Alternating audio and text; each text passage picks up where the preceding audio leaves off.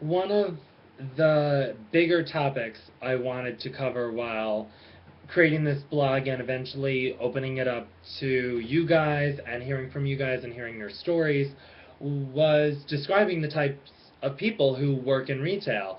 Something I have coined the women in retail. And this is basically near the tail end of that. Just really describing and talking about the certain archetypes of people you find working in stores. Now, granted, this is not everyone.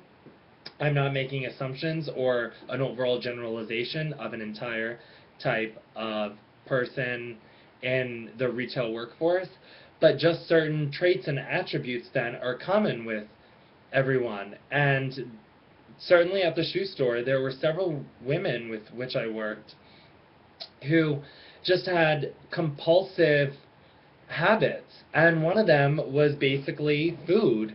When you're bringing food menus onto the sales floor and discussing food for hours and talking about what you're going to order and where you should order from and what type of food you want to have, and that's all you're thinking about, you really need to reconsider things and honestly reevaluate your life in some ways.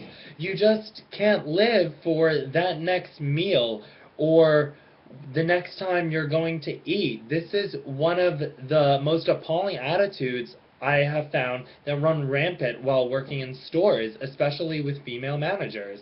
They just think about food all the time. They're rushing to take their break. They're rushing to grab that menu. They're talking about food on the walkie-talkies throughout the store. That's all they're thinking about, and that leads to laziness and complacency. And what that will lead to is obesity and medical issues like heart disease and high cholesterol and high blood pressure.